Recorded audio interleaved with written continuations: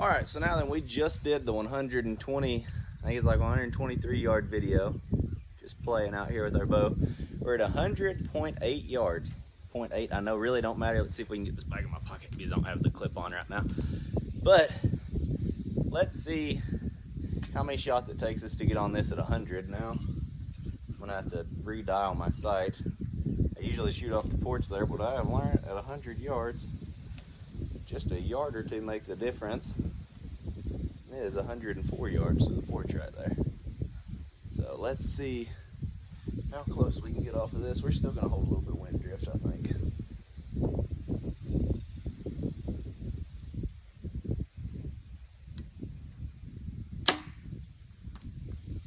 All right, so let's see how we held. I held about for probably 4 inches of wind drift. All right, so that side to side is perfect, but my up and down was high. So versus adjusting my up and down where that hit, I'm just gonna aim at the bottom of the bucket there.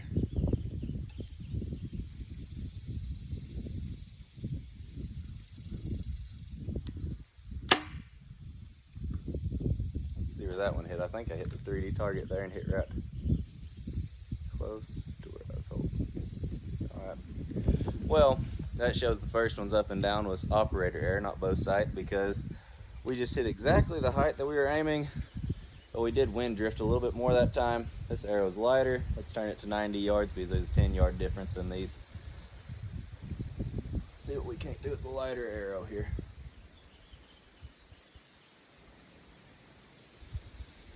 All right, let's look at where that hit. Couldn't tell.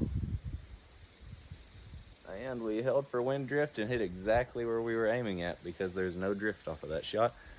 Let's go down there, get the arrows, show you where they hit, and keep on going. All right, so wind drift with arrows is still confusing to me. I hit high off of that one. The high was operator error, but I held there for wind and hit there. So I held the same spot for wind again and held low. Hit exactly the up and down that I was aiming, but within an inch side to side of wind drift. So I thought, well, those arrows are significantly heavier than this one because those ones have 75 grain inserts. This one has an 11 and is a lower grains per inch. So I held way over here for wind drift. The wind slowed down when I shot and I hit exactly where I was aiming at. So we're gonna go back down there. Hopefully this wind will stay not blowing and we can hit it this time. All right, so of course I got back down here and my wind's blowing a little bit again. But we did learn on this arrow I overestimated last time on wind drift.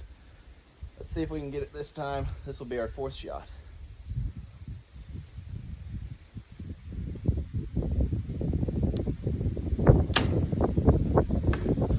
We just nailed that.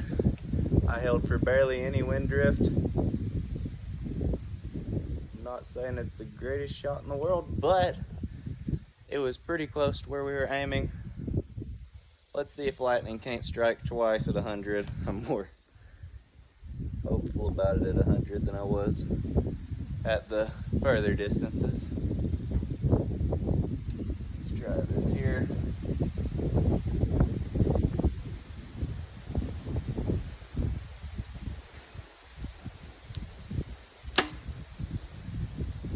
All right, that wind was blowing me everywhere that time. I couldn't stay on the deal.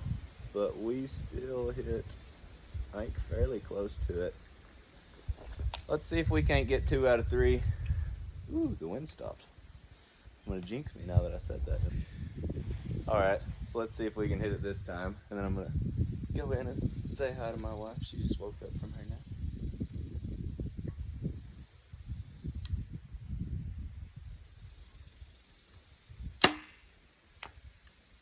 All right, so we missed on that one.